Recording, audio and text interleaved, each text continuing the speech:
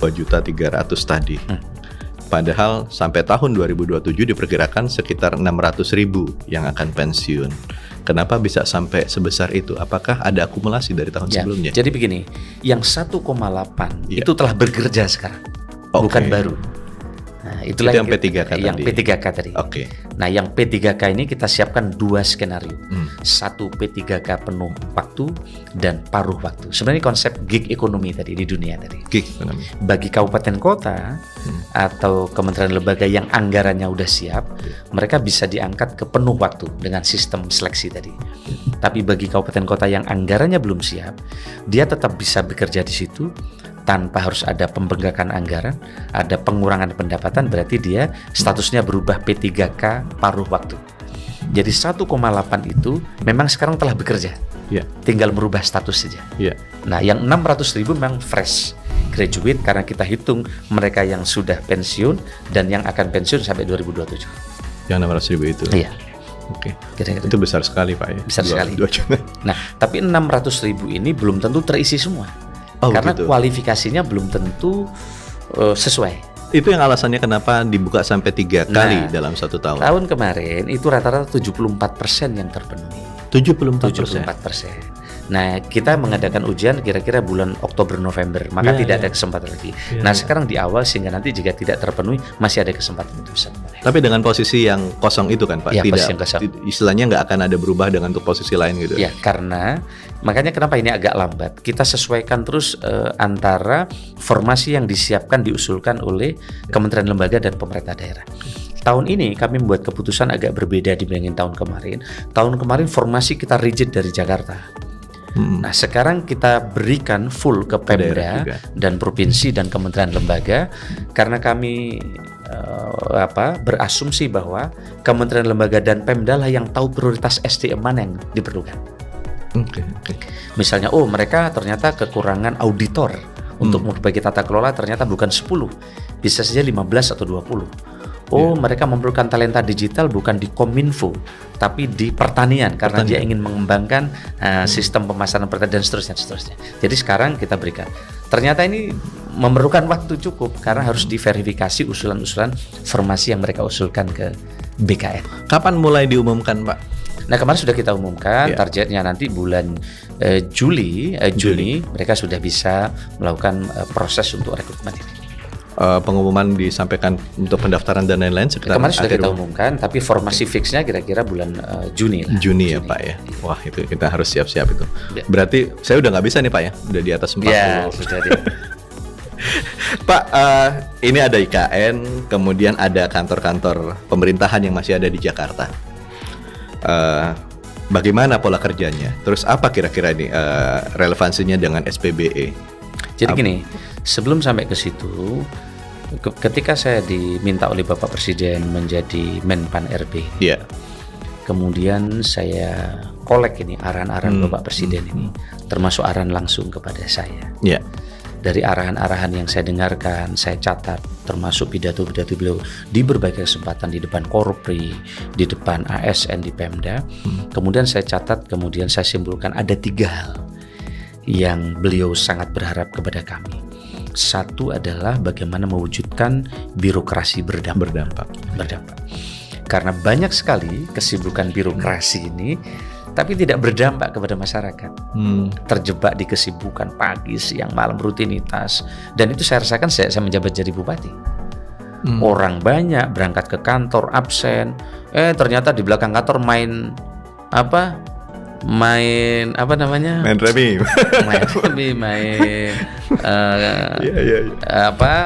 bulu tangkis, main tenis meja. Itu dulu. Tapi jadi ada sukses story Bapak ini di Banyuwangi? Iya, di awal-awal. Saya kira hampir dulu ya. Tapi sekarang kan tidak ditemukan lagi itu. Jadi kesibukan ASN ini kadang terjebak di rutinitas.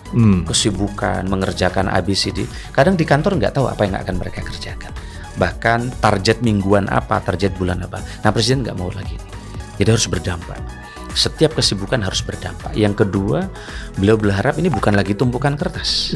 Kadang terlalu banyak laporan, tapi impact-nya ke rakyat tidak banyak. Yang ketiga harus lincah. Nah, untuk menempuh ini, salah satu proses bisnisnya ini yang membuat di kantor Kemenpan RB. Maka begitu kami masuk, kami rombak sistem penilaian reformasi birokrasi tadi. Yeah. Di samping tetap 8 area perubahan, kita langsung sekarang mengukur ke dampak. Yeah. Jadi kalau dulu untuk mengukur RB-nya kementerian lembaga, ini harus mengisi 295 pertanyaan dan mengupload ribuan dokumen yang vendor baru dan membuat aplikasi. Padahal banyaknya aplikasi tidak menjamin cepatnya pelayanan kepada rakyat. Justru membuat birokrasi baru karena rakyat harus mendownload satu-satu aplikasi itu. Nah sekarang kita larang ini. Dengan Kemenpan diminta oleh Presiden untuk mengkoordinir sistem pemerintah berbasis elektronik. Apa yang sekarang diperlukan? Sekarang tata kelola birokrasi kita yang kita dorong yang impact-nya supaya cepat keren adalah menginteroperabilitaskan aplikasi tadi. Oke. Maka sekarang ratusan aplikasi di Pemda, mungkin di provinsi, di kementerian, kita paksa sekarang untuk menginteroperabilitas tadi.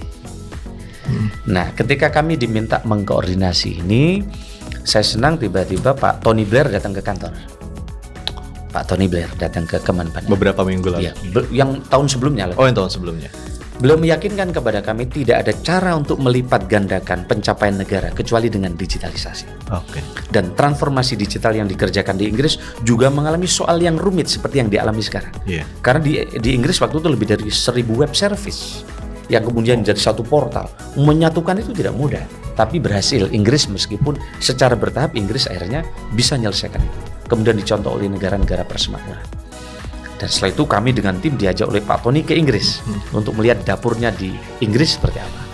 Saya dengan tim juga kemudian diajak ke Estonia untuk belajar bagaimana sistem yang terbaik di Eropa sekarang bekerja. Oh, ternyata memang perlu ada simplifikasi dan orientasi baru dari sistem pemerintah yang berbasis elektronik. Kemudian kita belajar lagi, oh ternyata atas saran Presiden coba cek mana negara terbaik. Kita cek 20 negara terbaik yang pertumbuhan ekonominya, indeks persepsi korupsinya bagus, investasinya bagus. Ternyata yang indeks developmentnya bagus, yang indeks SPBE-nya bagus. Mulai dari Korea Selatan, Finlandia, Denmark, Inggris dan seterusnya termasuk Singapura, mereka yang sistem pemerintah berbasis elektroniknya bagus. Okay. Nah dari sinilah kemudian kita banyak belajar, kemudian kami menghadap Bapak Presiden, ratas beberapa kali diputus. Memang ini menjadi keinginan Presiden sejak awal bagaimana SPB ini bisa bekerja. Dan ternyata setelah kita lihat dari berbagai negara itu kami lapor kepada Bapak Presiden.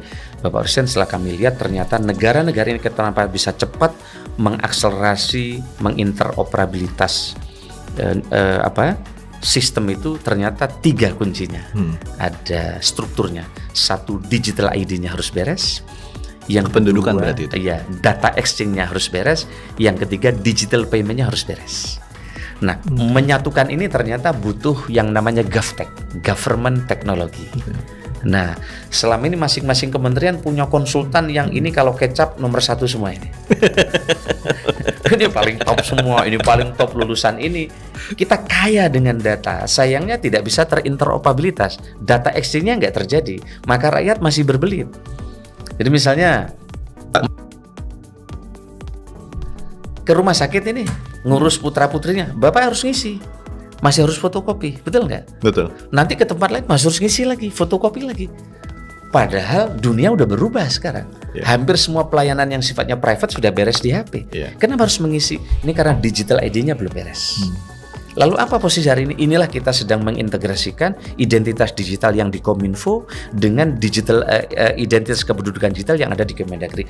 Ini masing-masing punya kewenangan undang-undang. Selama ini susah mempertemukan.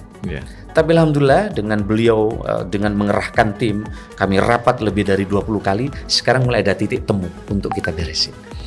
Nah, untuk membereskan ini tidak mudah karena masing-masing punya konsultan teknologi masing-masing. Nah, setelah belajar dari Inggris, Singapura semua, ini punya government teknologi. Kira-kira tukangnya sama ya, untuk menginteroperabilitas ini. Karena kemarin punya tukang masing-masing susah mempertemukan karena menyangkut proyeknya bisa berhenti masing-masing. Paling bagus ada 5 dinas yang kinerjanya paling buruk. Nah, kinerja yang paling jelek tadi tunjangannya dipangkas untuk yang paling bagus di atas tadi. Jadi tidak fix. Nah, kita juga di RPP ini, RUASN ini mendorong bahwa tunjangan itu ya diberikan bagi mereka yang berkinerja bagus. Nah, kalau kerja nggak kerja tunjangannya sama, ini pasti akan mendorong birokrasi yang seperti yang tadi yang disebutkan tadi. Nah, targetnya ke depan kinerjanya dengan penilaian kerja yang digital, targetnya ke depan kompetisinya akan lebih bagus. Apa kira-kira nih Pak dampaknya ketika nanti tunjangan kinerja ini lalu diberlakukan single salary, bukannya justru malah akan yang tadi harusnya mendapatkan dia performance-nya tidak bagus, dia punya take home pay taruhlah. Oleh karena itu besar. Single salary itu maknanya bukan satu orang sama dengan pendapatannya. Nah itulah nanti akan kita kontrol. Tetapi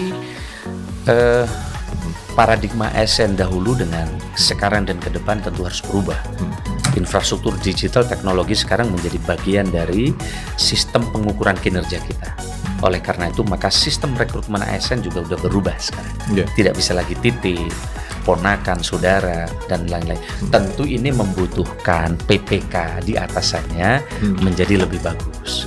Kalau sistem rekrutmennya sudah bagus, mencari talenta-talenta yang bagus, kalau di birokrasi di kabupaten kotanya nanti tidak disiapkan ekosistem yang bagus, takutnya nanti meniru budaya yang lama. Itulah yang sini kita contohkan. Kita ini kalau suka minum kopi, maka yang dicari kan salah satunya kan kopi luwak. Kenapa kopi luwak? Karena luwak itu tidak mungkin makan kopi yang masih hijau. Pasti makan kopi yang sudah matang.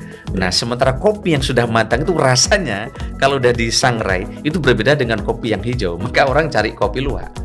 Nah, maka pemilihan kopi yang berkualitas itu kan jadi penting di ketinggian tertentu, kematangan tertentu. Nah, kita sudah milih kopi nih yang bagus-bagus ini untuk agar ke depan menjadi kopi yang enak ketika diminum. Nah, kalau kopi yang bagus disangrai dengan cara menyangrai yang bagus, pasti cita rasanya pasti akan berbeda dan akan mahal dan enak rasanya. Kan gitu. Betul. Kematangannya juga tuh. Tapi kalau ini kopi yang bagus tiba-tiba disangrai, yang penting gosong, yang penting hitam, pasti rasanya beda. Nah, kita berharap ke depan ini ASN yang kita pilih yang bagus ini ke depan ekosistemnya juga dibuat yang bagus oleh Pemda. Oleh karena itu maka sistem diklat kita juga kita rubah. Denganlah ke depan experience ini menjadi penting. Ya, experience langsung di lapangan. Itu experience learning itu menjadi bagian dari diklat. Tidak berlama-lama sekian jam di kelas, tapi dikombinasikan dengan di lapangan. Kemarin Dirjen Laut menyampaikan terima kasih kami karena kami rombak ini. Sehingga lulusan-lulusan itu tidak harus lama di diklat, langsung di lapangan. Sehingga sertifikatnya mereka, AIMU mereka langsung segera diakui karena langsung praktek. Kita ini kebanyakan di kelas, tidak segera praktek. Nah, maka job-job training itu menjadi bagian dari penilaian ini. Tentu sekarang ini kami masih bekerja keras menyelesaikan RPP rencana terkait peraturan pemerintah terkait dengan RUU ASN. Dan kami terus menerima berbagai masukan dari berbagai pihak supaya ke depan ASN kita ini bisa berkelas dunia. Tentu tidak hanya dari sisi rekrutmen ya, tapi bagaimana ekosistem diklat pelatihan mereka termasuk teman-teman di Pemda, di kementerian lembaga bisa mendorong agar ASN yang terpilih ini ke depan menjadi jawaban untuk ASN yang berkelas dunia. Pak, tadi Bapak mengatakan bahwa untuk pada saat rekrutmen nanti yang namanya pengalaman itu menjadi satu hal yang penting. Apakah itu akan jadi pertimbangan pada saat misalnya ada dua orang yang punya skor sama pada saat mereka tes nanti, kemudian dilihat yang pengalaman kerjanya lebih mumpuni itu yang akan dipilih atau bagaimana? Jadi gini, sekarang ini kan kita sebenarnya menghadapkan pada dua situasi kemarin. Nah, objektivitas ini akhirnya kemarin dipilih dengan sistem CAT supaya tidak ada subjektivitas. Nah, begitu wawancara macam-macam, di satu sisi ada institusi yang sangat profesional, tapi selain ada yang memanfaatkan tadi. Nah, sekarang ini kita masih dengan menggunakan sistem CAT ini. Nah, terkait dengan talenta digital ini, kita terus berdiskusi untuk mendapatkan bagaimana talenta yang diperlukan oleh negara ini memang betul-betul sesuai. Termasuk usulan bagaimana mendeteksi calon ASN yang terpapar radikalisme misalnya. Bagaimana cara memilihnya, Pak? Inilah kemarin maka kita tambah soal dari 100 menjadi 110. Ada pertanyaan, apakah cukup 10 soal mendeteksi itu? Ini melibatkan para pakar untuk mendeteksi tadi. Termasuk juga dulu calon ASN memerlukan 2 tahun, setelah itu baru mereka bisa sekolah kembali. Termasuk dokter-dokter spesialis. Sekarang sudah kita pangkas. Artinya sistem yang membuat ASN kita berbelit, yang memerlukan waktu, ini sudah banyak kita pangkas. Termasuk pengisian dupak, angka kredit bagi dosen, guru, ini sudah kita pangkas. Sehingga sesungguhnya ini aturan-aturan yang baru ini membuat birokrasi mestinya lebih lincah. Jadi dosen nggak perlu lagi terjebak sama borang ya Pak? Nah, pengisian angka kredit yang selama dikeluarkan tidak lagi. Oleh karena itu, termasuk guru dan dosen, dan oleh karena itu kita sudah membuat Permenpan JF, Permenpan 1 terkait guru dan dosen, yang ini memberikan ruang yang lebih cepat, lebih lincah. Tinggal kita nunggu peraturan instansi pembina di Dikbud terkait dengan guru dan dosen, sehingga mudah-mudahan ke depan guru dan dosen akan lebih lincah. Seiring dengan banyaknya dosen-dosen yang semakin sulit untuk mendapatkan dosen-dosen terbaik karena berbagai aturan dan juga kompetisinya dengan dunia bisnis sekarang. Mereka tertarik ke dunia bisnis karena mungkin insentifnya lebih menarik. Padahal dosen ini sangat penting untuk melahirkan putra-putri terbaik. Dan saya dengar katanya UMR lebih besar daripada gaji dosen itu. Nah, tapi sekarang kan sudah mulai banyak afirmasi, terutama juga untuk nakes. Kita sekarang kemarin berpikir keras bagaimana dengan Pak Menteri Kesehatan, Pak BGS dan Pak Nadiem untuk mendorong lahirnya dokter-dokter spesialis baru. Kita ini rata-rata hanya 2.000-an per tahun melahirkan dokter spesialis, padahal kita kekurangan 29.000 dokter spesialis. Itu bukan masalah distribusi ya Pak? Nah, di samping soal kelulusan, tadi yang saya sebut lulusan, ini juga soal distribusi. Distribusi kan? Karena 59 dokter spesialis itu ada di Jawa. Iya, betul. Selebihnya mereka ditempatkan pindah lagi ke Jawa. Maka kita siapkan skema baru ini untuk pengangkatan ASN dokter spesialis di 3T, sekaligus Menkes menyiapkan insentif-insentif baru agar mereka mau bertahan di daerah-daerah yang disebut dengan 3T tadi. Oke. Pak, ini ada satu pertanyaan, ada kawan PNS yang bertanya pada saya ketika mereka tahu saya akan mewawancari Bapak. Tolong tanyakan tentang kenapa CPNS atau calon ASN itu yang baru itu sudah langsung mendapatkan jabatan fungsional tertentu. Misalnya fungsional perencana, fungsional humas, sedangkan yang lama-lama ini masih fungsional pelaksana gitu. Apakah ada prioritas untuk mereka yang sudah ada banyak kebijakan baru yang nanti kita transform ya.